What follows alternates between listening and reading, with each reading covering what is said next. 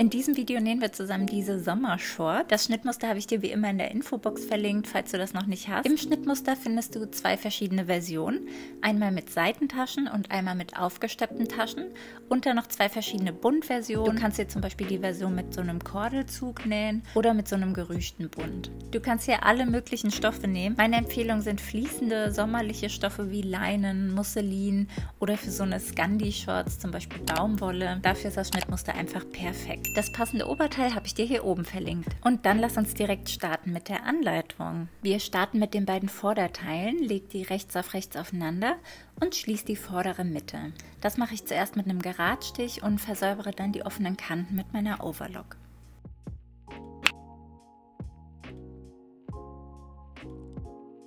Wiederhole den Schritt jetzt für das Rückteil, also auch hier wieder rechts auf rechts aufeinander, mit einem Geradstich abnähen und dann mit der Overlock oder einem Zickzackstich versäubern. In dem Schnittmuster findest du jetzt zwei verschiedene Taschenoptionen. Wir starten mit der Option 1, das sind die Seitentaschen. Nimm dir dafür jetzt den Pocket Bag 2 und leg den rechts auf das Vorderteil.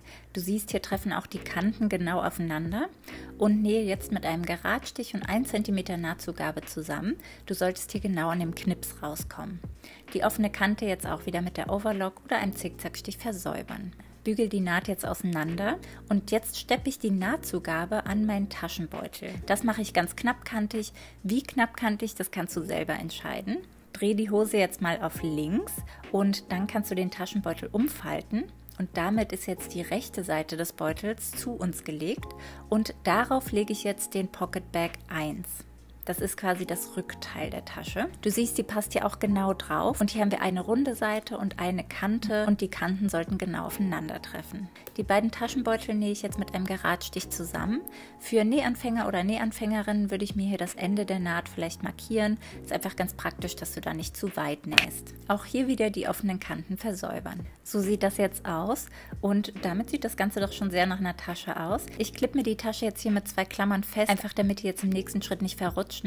Denn wir müssen die Tasche jetzt einmal auf rechts drehen und dann kannst du darauf rechts auf rechts das Rückteil legen. Und wenn du dann die Seiten schließt, dann sind die Taschen quasi schon fertig. Die Alternative, das sind ja hier die aufgesetzten Taschen und die nähen wir jetzt. Bügel die offene Kante jetzt hier doppelt um und nähe das Ganze ganz knappkantig ab. So sieht das jetzt aus, das habe ich hier für beide Taschenschnittteile gemacht und jetzt werde ich die offenen Kanten einmal ringsherum versäubern.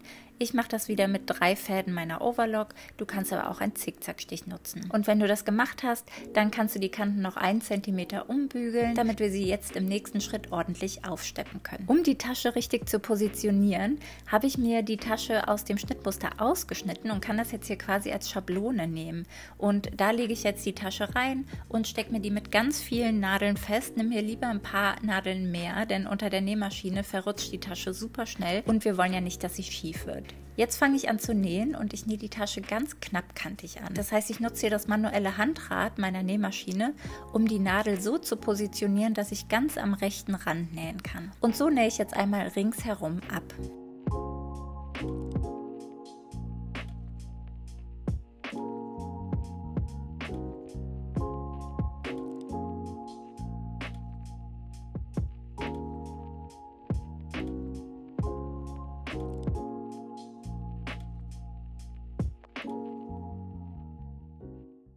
So sieht das jetzt aus, wenn das für beide Seiten gemacht ist.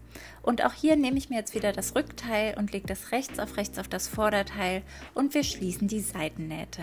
Wenn du das gemacht hast, dann wiederhole den Schritt für die Innenbeinnaht. Hier achte ich darauf, dass die beiden Nähte genau aufeinander treffen. Und um sicherzustellen, dass das jetzt auch beim Nähen genau aufeinander trifft, nähe ich nicht von links nach rechts, sondern ich starte in der Mitte und nähe dann einmal zur einen Seite runter und dann von der Mitte zur anderen Seite runter. So kann ich sicherstellen, dass die Nähte hier richtig schön aufeinander treffen und das Ergebnis sauber wird. Die offene Naht auch hier wieder mit der Overlock versäubern. Weiter geht's mit dem Bund. Den lege ich rechts aufeinander und schließe erstmal die kurze Naht und bügel die flach auseinander. Bügel den Bund außerdem einmal der Länge nach in der Mitte. Und wenn du die Version mit Kordelzug nähst, dann musst du jetzt die beiden Löcher dafür machen. Da gibt es ja super viele Möglichkeiten. Du kannst zum Beispiel Ösen nutzen für die Löcher. Ich mache das hier mit kleinen Knopflöchern, die sollten ca. 1 bis 1,5 cm lang sein. Dafür nutze ich hier meinen Spezialfuß für die Knopflöcher und dann macht meine Nähmaschine das von ganz alleine. Das klappt sehr gut. Schau da einfach mal in dem Handbuch deiner Nähmaschine nach. Wenn die Knopflöcher fertig sind, nehme ich mir meinen Nahtauftrenner und öffne die Knopflöcher ganz, ganz vorsichtig. Leg jetzt den Bund rechts auf rechts in die Hose und achte darauf, dass die Knopflöcher nach vorne zeigen, denn da soll ja dann auch später die Kordel durch. Der Bund passt ganz genau auf die Hose. Näh die mit einem Geradstich ringsherum an, aber lass eine kleine Öffnung, da wollen wir nämlich jetzt das Gummi durchziehen.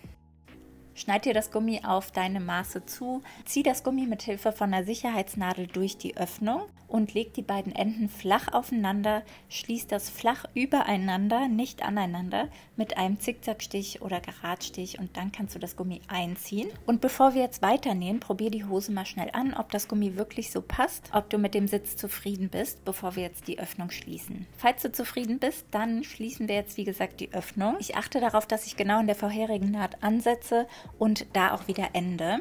Und der Stoff muss wirklich flach aufliegen. Wir wollen hier keine Falten einnähen. Die offene Kante auch wieder ringsherum mit deiner Overlock oder mit einem Zickzackstich versäubern. Der Bund, der könnte jetzt schon so fertig sein. Vielleicht möchtest du das Gummi aber auch nochmal ringsherum abnähen. Ich finde, das gibt eine ganz schöne Optik. In diesem Fall würde ich den zweimal absteppen. Einmal unterhalb und oberhalb des Knopflochs. Achte darauf, dass beim Absteppen der Bund immer flach aufliegen, damit wir hier keine Falten einnähen. Dafür greife ich das Gummi einmal von hinten und von vorne, ziehe daran und erst wenn ich daran ziehe, fange ich an zu nähen. Und so mache ich das Schritt für Schritt zweimal ringsherum. Jetzt brauchen wir aber ja auch noch eine Kordel. Entweder nutzt du dafür schon eine fertige Kordel, das ist auch ganz schön, oder du machst sie aus dem Hauptstoff selber. Dafür einfach die langen Kanten 1 cm nach innen umbügeln, dann nochmal in der Hälfte umbügeln. So verschwinden die offenen Kanten und du kannst es einmal ganz knappkantig abnähen. Nimm dir auch jetzt wieder eine Sicherheitsnadel und zieh die Kordel durch die Knopflöcher oder Ösen und durch den Tunnel zu. Und damit ich die Kordel jetzt nicht aus Versehen beim Waschen wieder rausziehe, mache ich noch kleine Knoten in die Enden. Das ist ganz praktisch. Für die zweite Option des Bunds habe ich auch hier wieder erst den Bund rechts auf rechts angenäht und auch hier wieder eine kleine Öffnung für das Gummi gelassen. Hier kannst du jetzt entweder ein 5 cm breites Gummi einsetzen, so wie es vorgesehen ist, und das dann circa 4-mal von außen absteppen. Oder du nimmst dir ein schmaleres Gummi, circa 2 bis 3 cm breit, und steppst auch das von außen ab, aber oben bleibt dann noch ein bisschen Stoff überstehen und so entsteht so eine Paperback-Optik. Das ist aber komplett deine Designentscheidung. Hier kannst du dich kreativ ausleben, was dir da gefällt. Zieh das Gummi mit einer Sicherheitsnadel durch die Öffnung und schließ die beiden Enden übereinander, also die sollen aufeinander liegen, nicht aneinander, damit das schön flach ist, mit einem Zickzackstich. Probier die Hose jetzt erstmal an, ob das so passt. Und erst wenn du mit dem Sitz zufrieden bist, dann kannst du die kleine Öffnung schließen. Die offene Kante versäuber ich wieder ringsherum mit der Overlock. Jetzt könnte der Bund so schon fertig sein. Vielleicht möchtest du sie gar nicht absteppen, sondern einfach so einen ganz schlichten Bund haben. Dann würde ich dir trotzdem empfehlen, das Gummi noch zu fixieren, damit sich das nicht beim Waschen oder beim Tragen verdreht. Wir haben ja hier eine sichtbare Naht von dem Bund und diese Naht, die nutzen wir jetzt, um da einmal drüber zu nähen und somit das Gummi zu fixieren. Wir nähen hier genau auf dieser ersten Naht. Das nennt sich im Nahtschatten nähen und dadurch sollte die Naht am Ende gar nicht so doll auffallen und das Gummi ist fixiert. Vielleicht möchtest du das Gummi aber ja auch noch von außen absteppen. Hier kannst du natürlich frei entscheiden, wie oft du das machen würdest. Meine Empfehlung ist circa 4-mal, wenn der komplette Bund abgesteppt werden soll und das dann jeweils füßchenbreit. Ich starte also füßchenbreit am Anfang von meinem Bund und hier ist es ganz wichtig, dass der Stoff immer flach aufliegt. Das ist jetzt natürlich ein bisschen schwierig mit dem Gummi und deshalb greife ich die Hose von hinten und von vorne, das Füßchen ist gesenkt und ziehe dann an beiden Enden. Und erst wenn der Stoff wirklich flach aufliegt, dann fange ich an zu nähen. Und so arbeite ich mich Schritt für Schritt vor und nähe einmal ringsherum ab. Und du siehst, so entsteht hier so eine richtig schöne, gleichmäßig gekräuselte Optik. Ja, und wie oft du das jetzt machst, das ist ganz dir überlassen. Ich habe das jetzt hier 3-mal gemacht, damit ich oben noch so ein bisschen Stoff überstehen habe und dann, wie gesagt, so eine leichte Paperback-Optik habe. Wenn der Bund fertig ist, müssen wir die Hose nur noch säumen. Das geht ja jetzt echt super schnell. Dafür den Saum einfach 1 cm umbügeln und dann nochmal weitere 4 cm umbügeln, also insgesamt 5 cm Saum und das Ganze knappkantig abnähen. Und damit ist deine Hose fertig. Kommentier super gerne mal, welche Version du genäht hast und ob sie dir gefällt. Vielleicht möchtest du ja auch direkt mit mir weiternähen. Ich verlinke dir hier noch ein weiteres Video von mir und weitere Nähideen und kostenlose Schnittmuster findest du auf meinem Kanal. Bis bald!